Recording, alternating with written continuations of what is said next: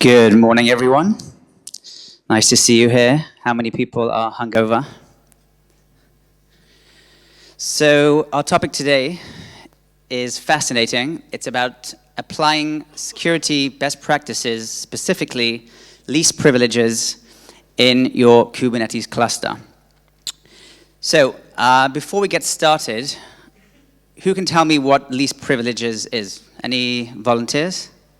Yes. Good. Don't give any credentials you don't need. The official definition is every user in any environment should have the minimum privileges required to fulfill their job function. If we take an auditor in a Kubernetes cluster as a very simple example, if I'm an auditor, I should be able to run kube control logs on my pod, but not necessarily stop or start a pod. Now, I would like to give you a more palpable example. This incredible Aqua water bottle, which many of you may have seen at the Aqua booth, was designed to be filled with water. However, this morning at our hotel, I noticed a pretty serious security breach where someone managed to kind of go beyond what their official role was, break the security clearance in the hotel. And as you can see here, the water bottle was actually used for something else entirely, not what it was intended for. And actually, this was caught on camera. We don't know how this guy broke in to do this in the hotel. He should have had access only to his bedroom, but he managed to break into the bar, fill these with beer, and actually it didn't stop there, because what hackers do, once they're inside your network, they try and elevate their privileges. So he didn't stop with the beer, but he tried to actually get involved with the whiskey as well. Now, when this happened, someone came over and kind of stopped everything that was happening. So, a quick question, who has read this book? Any volunteers that have read this yet? That's interesting. When did you read this? You sure? All right, because this book doesn't exist, I made it up, but you're going to get one of these free beers afterwards, so I'm pleased that you've read the book. So why is there so much noise about hackers breaking into to servers and big organizations to mine cryptocurrencies? We all know there are high-profile cyber attacks every day. There's nothing new about this. The reason that this is getting attention is because Kubernetes clusters are becoming more and more ubiquitous. Hackers are starting to use them and leverage them to exploit vulnerabilities and misconfigurations to penetrate organizations. One of the most notorious examples of this is Tesla last year. Tesla put a publicly facing, on the internet, Kubernetes cluster where the Kubernetes dashboard was enabled with anonymous authentication. Okay? What that means is as soon as the hackers got into that dashboard, they had access to the nodes, to the pods, to every element of that cluster, including the secrets. And from there, it was very easy to exfiltrate sensitive data. And as Kubernetes usage continues to rise and become more and more popular, hackers are going to continue looking for ways to exploit vulnerabilities in these environments. Just to understand why this is happening, I asked a very good friend of mine, Mr. Johnny English, why are Kubernetes clusters being hacked? And this was the answer that I found.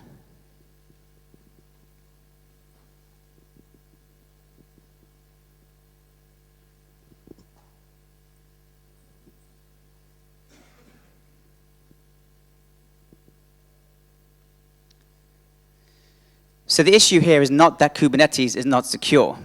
Kubernetes has done an incredible job of explaining how to secure Kubernetes clusters. The issue is that many of the flavors and the default installations of Kubernetes are not secure by default. One of the key tenets of information security best practices is that if you don't start with something that is secure by default, it only goes downhill from there. And there is a big knowledge gap in the information security industry where SecOps and CISOs are still learning how containers work, how orchestrators like Kubernetes work, and the people, like many of you in the room, The SREs or the DevOps people, they just want things to work. They're less concerned with security. And that has created a kind of very interesting opportunity to empower DevOps and ensure that the Kubernetes environments are really locked down and secured from day one. Now, everyone in the room is familiar with social engineering attacks. When a hacker wants to break into an organization, they will usually try and convince an unsuspecting victim to click on a link in an email to install malware. This has been happening for years via email phishing attacks.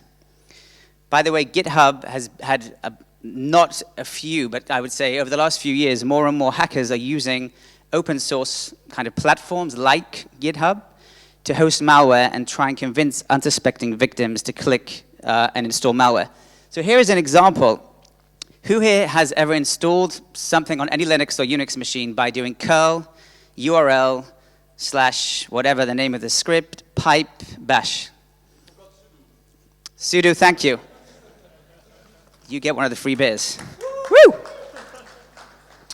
Excellent. So we've all done this. Now, as more and more organizations are using Kubernetes, we're seeing the bad guys. If I want to convince someone to install a daemon set that contains malware, it doesn't have to be crypto mining, any malware, I can send you a link that says, check out this great free tool. All you need to do is kubectl -f, sritools.com. It should be sretools.com, okay? fakeact.yaml. Now, what happens is, when you do that, obviously that's going to be spread out in your cluster. Most of the existing security tools out there will not have any visibility into what's going on. So the intrusion prevention system, the firewalls, the anti-malware are completely oblivious to the fact that a DevOps guy just installed whatever that application was into their cluster environment. Okay, so that creates a unique challenge for the security teams. So if we look at what has Kubernetes done, they have done an incredible job documenting, and this is on the Kubernetes website, how should the environment be secured from a best practices point of view. Authentication, controlling how people identify who they are, authorization, ensuring everything to the API server is fully authorized, so enforcing role-based access control, encryption of secrets, which has recently been enabled, again, not by default. So most of the things you see here, while they exist in Kubernetes, they are still not the default configuration, which requires, obviously, a lot of changes and administration to be done by the administrator. Admission controllers, which is the topic of our talk today, are very powerful. We're going to talk how these can be leveraged to really secure your Kubernetes environment. So there are really an admission controller. It operates on the API server. Essentially, it intercepts all requests to the API server prior to the persistence of that object into the etcd database, okay? After that request has been authenticated and authorized. So the underlying assumption is that if the request is getting to the admission controller, it's already been authenticated and authorized. This can only be enabled and changed by the Kubernetes administrator. So if you look here at a very simple graph from Kubernetes, so we have here the user, the pods, or the service accounts. They're authenticating, usually with a certificate. The authentication authorization has happened. It will then hit the admission controller before it's persisted into the database. And we'll see why the admission controllers are so powerful. Why do you need them? Essentially, without them, Kubernetes the functionality is minimal. You can do a lot of things, but if you want to extend and have more control, more granular control, especially from a security standpoint, admission controllers can really be leveraged to enhance the security posture of your cluster. So there are two types of admission controllers. There are mutating and validating. Mutating admission controllers allow you to actually modify the object before it is persisted into the etcd database. Validating, well, it just validates the request. We're not actually changing anything. And there are static and extensible or dynamic admission controllers. Static cannot be changed, so they have to be kind of recompiled into the Kubernetes binary. Obviously, that's a drawback, but we're seeing more and more what's known as extensible admission controllers. These are essentially dynamic. And they can be run and changed in runtime without you needing to recompile your Kubernetes binary, okay? Now, because there are essentially, with a dynamic admission controller, you have a request that's going to an API, to a webhook server, or an API on the other side, those ideally should be hosted within your Kubernetes cluster. Yes, they are encrypted, but you don't want to have that leaving the environment. So from a security best practice point of view, that should be inside your Kubernetes cluster. Let's take a look at the API server YAML file. And we can see here that we have the admission controller. Most of these are actually default, so limit ranger, always pull images, deny escalating exec, and we're going to go through some of these and understand how these really can enhance our security posture. So this is for Kubernetes 1.10. These are the recommended admission controllers that should be used. These are very powerful. However, not all of these are specifically dedicated to the security. What I'm going to try and do is explain to you how we can use additional ones for the security posture. Can anyone tell me what layered security? The term layered security. You've already got one bit. You can only answer once. Yeah. That was a privilege escalation. So defense in depth or layered security is where a traditional, let's just say before the world of containers, if I had a traditional VM or a server in my data center, I would have a firewall on the periphery, intrusion prevention system, anti-malware, host hardening, essentially that even if a hacker manages to compromise one area of that environment, that doesn't necessarily mean that the entire area is compromised. We have to think of security for Kubernetes with the same mindset, meaning you can use many of these admission controllers to lock down and secure your cluster. Are they all there by default? No. But do we need to start using them and creating kind of a mindset and educating the security teams? The answer is absolutely yes. So one thing I would say when you go back to your organizations after this conference, if you can talk to the security people and explain to them that, yes, Kubernetes has all the security mechanisms and techniques to secure it. It may not be there by default, but you can sit down with them and explain how you can do this. So let's take the first one, always pull images.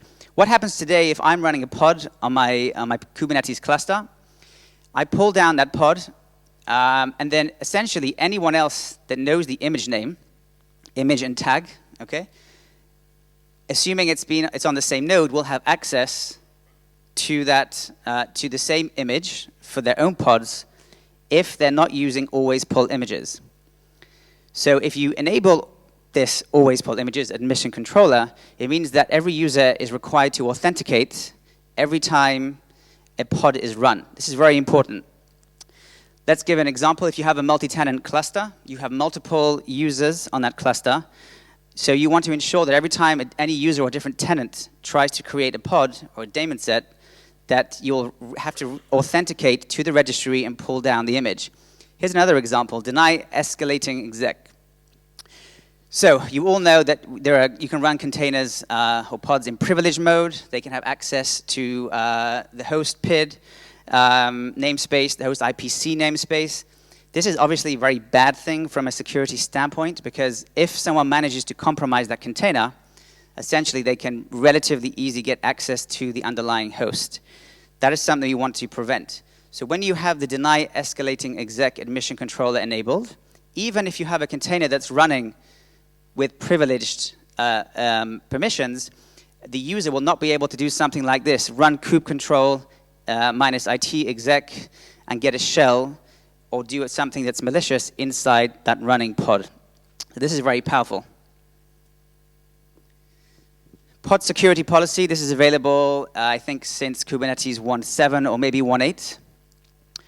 This is key to locking down your pods and ensuring that the security posture of your cluster is not compromised. What this allows you to do is essentially define what kind of containers or what privileges will the container in this pod have. For example, can it run as a privileged container? What will be the UID or the GID that can run this container? For example, best practices mandates that we don't run containers with UID 0. There's no reason that the container should be running with root privileges. Is there a seccomp profile applied to my pod? Okay, am I looking at specific system calls to understand whether this is being where the system calls that are not required are being used and abused within my pod. SD Linux, AppArmor profile, depending on the Linux flavor, you can use the pod security policy to apply SD Linux or AppArmor profiles to the pod. Now, without this admission controller enabled, this policy will not be effective. So this is really key. You need to have this admission controller enabled to be able to use pod security policy. And this is definitely, I would say, one of the top 3 security capabilities that are built in to Kubernetes. So is anyone familiar with this vulnerability? You're out the game. Anyone else? Yeah, so this is relatively recent. Do you want to just shout out what this does?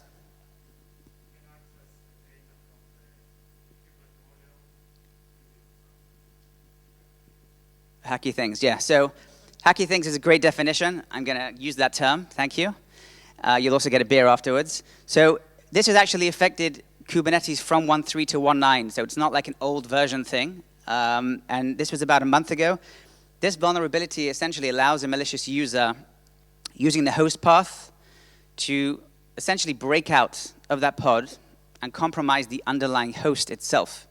So think about the possibilities. If I'm a hacker, from that pod, I can access and modify the underlying host operating system. Obviously, that is something very bad.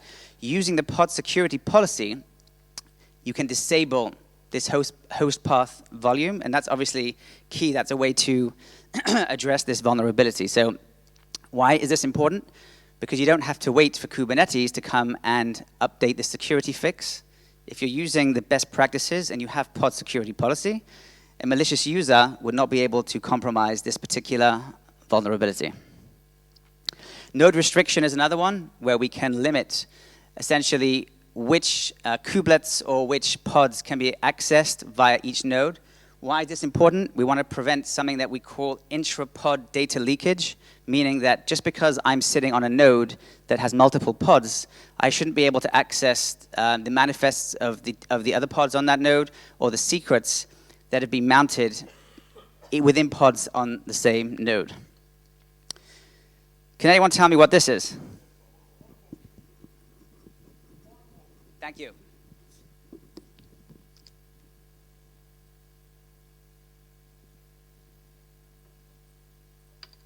Okay, so this is a fork bomb. It's a simple bash function, been around for a long time. If you run this without having the required C group controls on any Linux, pretty much, well, not any Linux, but many, many Linux distributions out there, it will perform a denial of service attack within about 30 seconds and bring down your host. Literally, it sounds ridiculous. This is the most primitive form of denial of service attack.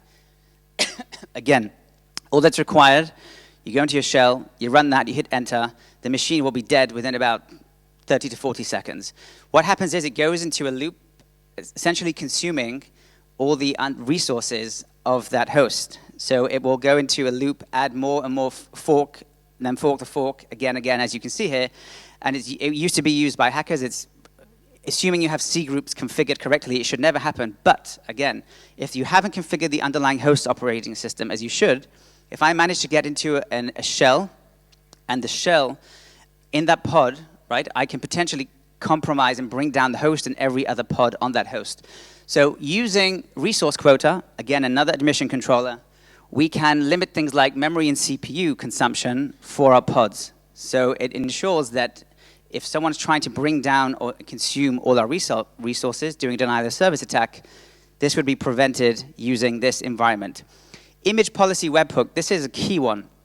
As you know, many, many images contain vulnerabilities, exploits, things like embedded secrets that can put the organization at risk. For example, is my image running as UID 0?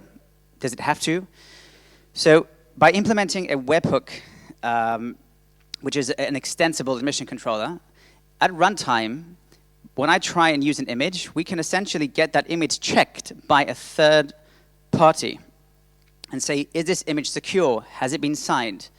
Do we know that the integrity of the image has not been compromised? And if there are critical vulnerabilities in that image, then obviously we want to prevent that image from running and compromising our environment. So here's an example. Okay, this is a very, very old version of Nginx that no one should be using. It has about 51 critical vulnerabilities in that image.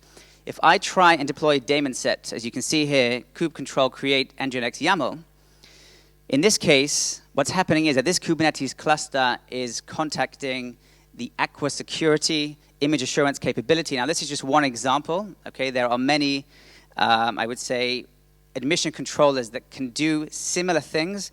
What's happening here is that we are checking, is this image vulnerable? Does it contain any vulnerabilities or secrets or anything else, or has it been compromised? And do I want to expose that risk to my organization? So what's key is that this is not actually getting to the etcd database, right? It's being intercepted by the admission controller at runtime. We are checking parameters that have been defined, in this case, by Aqua Security. And depending on the policy that's been defined, we're either allowing or blocking that image and enabling it to run. So some other very powerful tools that I'm going to talk about. Number one is QBench by our very own Liz Rice. QBench will take the CIS benchmark. CIS is the Center of Internet Security. They have created a Kubernetes best practice, both Docker and Kubernetes. And QBench, as I'll show you in a second, will allow you to basically automate and do a security assessment of your Kubernetes cluster. KubeHunter, which I'll talk about, KubeSec, and also from our friends at Control Plane, the KubeSec IO. So let's just go through some of these. Here's an example of the QBench. By the way, these tools are all free. You can all go to our GitHub and download them today. So CIS Benchmark, as you can see here, for every single test, will give you either a pass or a fail and recommend how to remediate. So this is key. If you talk to your security operations person today and say, how do we lock down our Kubernetes cluster, it's likely they'll have no idea. You may have other vulnerability assessment tools in the organization, but those know about VMs, those know about host operating systems. They'll typically not know how to look, inside an image or look at the configuration of Kubernetes. That's what the CIS benchmark tool does.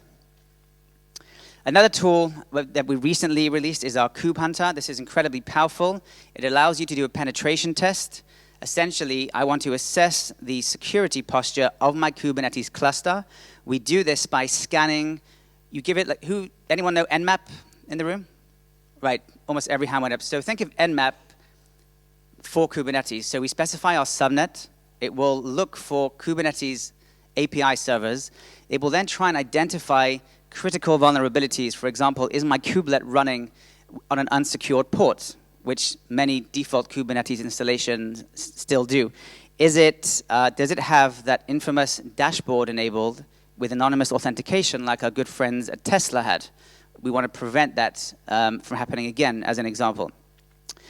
KubeSec.io by Control Plane. This is a tool where you can specify your YAML file, and they've developed their own kind of attack framework where they'll score based on the configuration of your YAML file. Do you comply or do you violate with Kubernetes security best practices? And finally, and this is just a key thing about the Aqua microscanner. So I'm going to show you in a second how the microscanner can be used, but one of the key issues today is that even if your Kubernetes cluster is secured, if you have a pod running and that pod contains a critical vulnerability or malware in that pod, it's going to be very hard to be able to secure that environment. You're all familiar with the term shift left security. So what this free microscanner does allows you to embed the security assessment at build time inside your image. This is incredibly powerful. This is even before you get into your pipeline. You can run this on your laptop, take an image, take your Docker file, and when you build your image based on that Docker file, you add two simple lines, microscanner, like you can see here. The microscanner will essentially scan every layer and every file in that image and say, what vulnerabilities have we found? What security risks does this pose to the organization? You can run this, by the way, and have it actually prevent the build from completing, or you can say, I just want to receive an alert. I don't want to actually block this from happening. You'll see the output. This is as an example, okay? So this is a vulnerability that we found. For every vulnerability, and this is key, you'll have both the MVD score and the vendor score. NVD is the National Vulnerability Database. Now, why is it important to have both of those? Because there are many security tools out there, both commercial and free, that generate a lot of noise, a lot of false positives. What we've done here is try and create a tool that separates the music from the noise, meaning that we want to ensure that if we identify a vulnerability, it's not simply based on the hash of that file, but we're looking at things like backports. So for example, if there's a vulnerable version of Apache inside a particular Red Hat CentOS version, we want to check, has that been backported and has that been fixed in that particular distribution? I don't want to receive a critical alert about a critical vulnerability if that's not relevant in the context of this Red Hat package. So we've done a lot of work with the Aqua Cyber research team to ensure that when we identify something, it's not simply based on the hash of the file, but we're looking at the context of that environment, the image and the distribution that's being used. So with that, I'm going to quickly do a demo, and then we will open up for questions.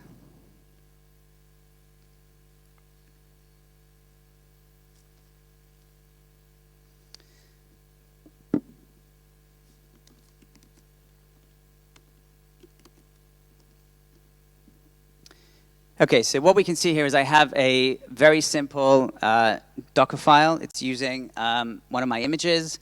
And we've added the microscanner. Again, this executable can be downloaded from our GitHub page. That's it. There's nothing else that needs to be done. Now, when I build, let's take a look here. So I'm now going to build this image. And again, you can run this on your laptop. You don't have to have anything installed. The only requirement is that underlying executable. So as I build this, what's happening is now at the end, we're going to scan every single aspect of this image. There we go. You can now see the microscanner in action. Such tension in the room.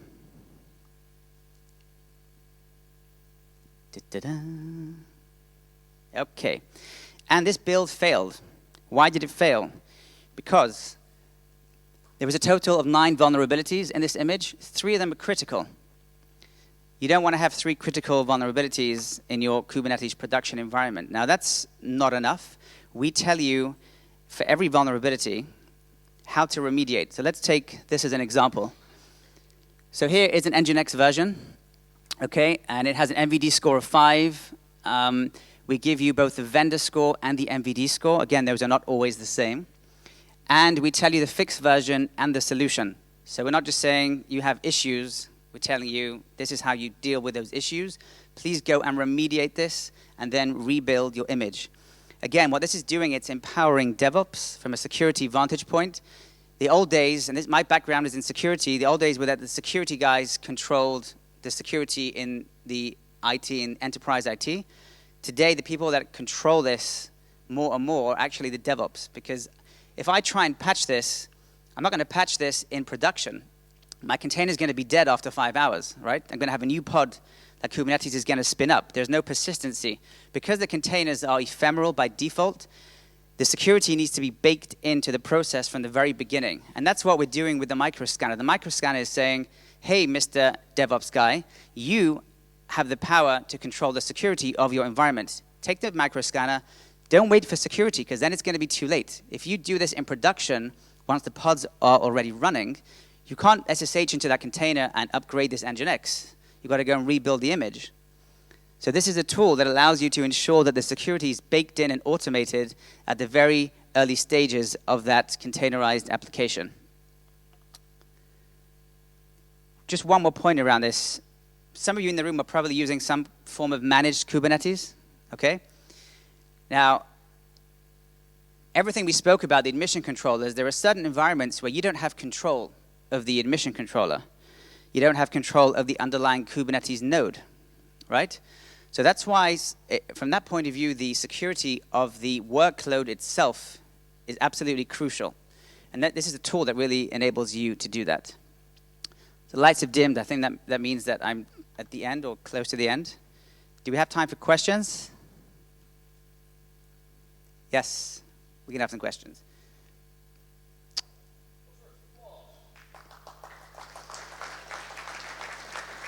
Thank you. And we do have some more free beer to give away. Sponsored by the hotel that I was staying at. Yes.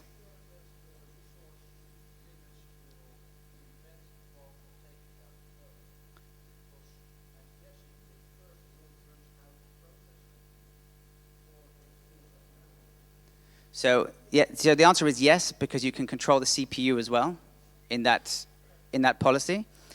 Yeah, so because you can control the CPU. By the way, this should be done with C groups or SE Linux on the underlying Linux host operating system. This is kind of an additional layer to say that if that has not been done, then you can do it at the pod level using the resource limits. One thing we will say here, and this may be completely self-evident, but the underlying host operating system, okay, has to be completely secure. For a Kubernetes node, you should have nothing on that node except, the container engine and maybe SSH. If you look at what OpenShift has done, they are an extremely secure by default, essentially, version of Kubernetes. And when you talk to security people, they're like, well, how do we scan my node? How do I harden my node? Well, this is not like a CentOS box that has, 70 processes running.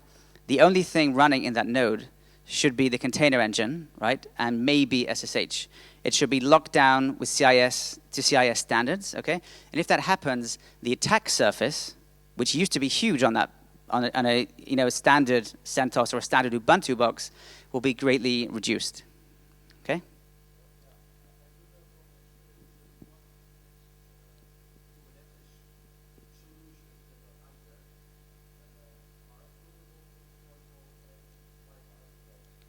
So thank you. I'll just repeat that. So this gentleman, what's your name? Rezom. Did I pronounce that right? So thank you. So apparently there are Kubernetes versions out there that are vulnerable to this kind of attack that you're saying bring down the underlying host. Yes, thank you.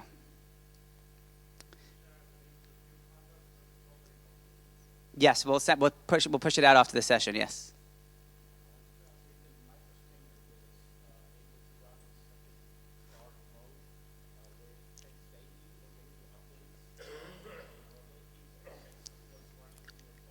So the free version of the microscanner, what it does, we have like I mentioned before, we have a very large cyber research team, and they continuously update the Aqua Cyber Center database, okay?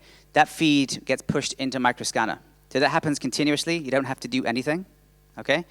What happens is that feed will get updated. So every time you may run that microscanner at 9 a.m., and you may find no critical vulnerabilities. But if during that day there is a new vulnerability introduced into one of those packages, and you run it in the evening, then you may find that you now have a new vulnerability. The microscanner doesn't check the cluster, it checks the image. You're scanning the contents of your image, okay? QBench, which we mentioned, that checks the cluster. That looks at the API server, the nodes, and verifies whether you're compliant with CIS Benchmark or not, okay? So we've tried to address every aspect of securing the entire environment from the workloads, okay? But then as it moves into production, you have the other tools to use as well.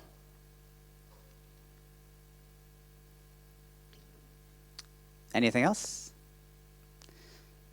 Thank you. Yes. Yes. Yeah. Yeah, we'll push it out there soon. We're making changes to it. Initially, we were just looking for the dashboard. We now added the ability to look for unsecured kubelets as well that are running an unsecured port. But if it's not there today, check in the next few days, it will be up there as well. Okay? It's a Python tool. Thank you very much, everyone, for your time.